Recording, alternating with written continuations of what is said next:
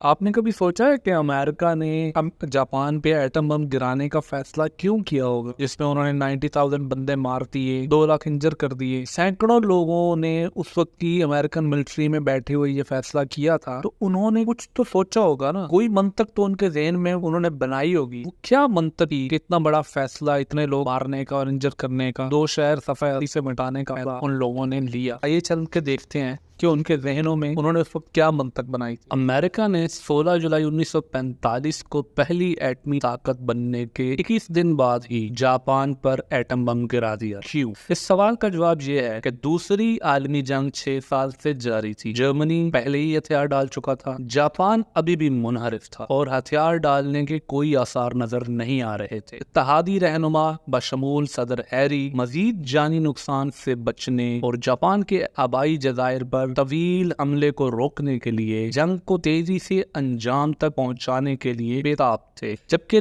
اس نتیجے میں زیادہ سے زیادہ جانی نقصان ہونے کی توقع بھی تھی۔ دوسرا، نئے ہتھیار کی بے پناہ تباہ کن طاقت کا مظاہرہ چاہتا تھا۔ امید یہ تھی کہ ایسی زبردست طاقت کا مظاہرہ جاپان کی قیادت کو ہتھیار ڈالنے پر مجبور کر دے گا۔ ایک اور وجہ جانیں بچانا تھی۔ یہ خیال کیا جاتا تھا کہ جاپان پر حملے کے نتیجے میں نہ صرف امریکی فوجیوں بلکہ جاپانی شہریوں اور فوجی اہلکاروں میں بھی بڑی تعداد میں ہلاکتیں ہوں گی۔ بم دھماکوں کا مقصد فوری طور پر ہونے والی تباہی کے باوجود ایک مکمل پیمانے پر حملے کی ضرورت سے بچنے اور طویل مدت تک جانے بچانے کے لیے تھا۔ اور عنصر جنگ کے بعد کی دنیا میں سوویت یونین کے کردار کے بارے میں بڑھتی ہوئی تشویش تھی۔ امریکہ جنگ کو ختم کرنا چاہتا تھا اس سے پہلے کہ سوویت یونین ایشیا میں ایک اور مقام پر موجودگی قائم کر سکے، کیونکہ اس وقت کا سوویت یونین، آج کا رشیا، جاپان کے نارتھ موسٹ پارٹ ہوکائیڈو کو مکمل طور پر اپنے قبضے میں لینا چاہتا تھا، اور اس کی تصدیق جنگ کے بعد شائع ہونے والے سیکرٹ ڈاکومنٹس میں بھی ہوئی۔ یہ نوٹ کرنا ضروری ہے کہ جاپان پر ایٹم بم استعمال کرنے کا فیصلہ آج تک انتہائی متنازع ہے اور زیر بحث ہے، جبکہ کچھ کا کہنا ہے کہ جنگ کو جلد ختم کرنے اور جان بچانے کے لیے بمباری ضروری تھی۔ کچھ کہتے ہیں جاپان پہلے ہی ہتھیار ڈالنے کے قریب تھا اور یہ جاپان کے اوپر بم گرانا غیر ضروری تھا۔ میں آپ پر چھوڑتا ہوں، کیا یہ واقعی اس تباہ کن ہتھیار کے ذریعے ایسی تباہی کرنا ضروری تھا جس سے بے پناہ مصائب اور جانوں کا ضیاع ہو؟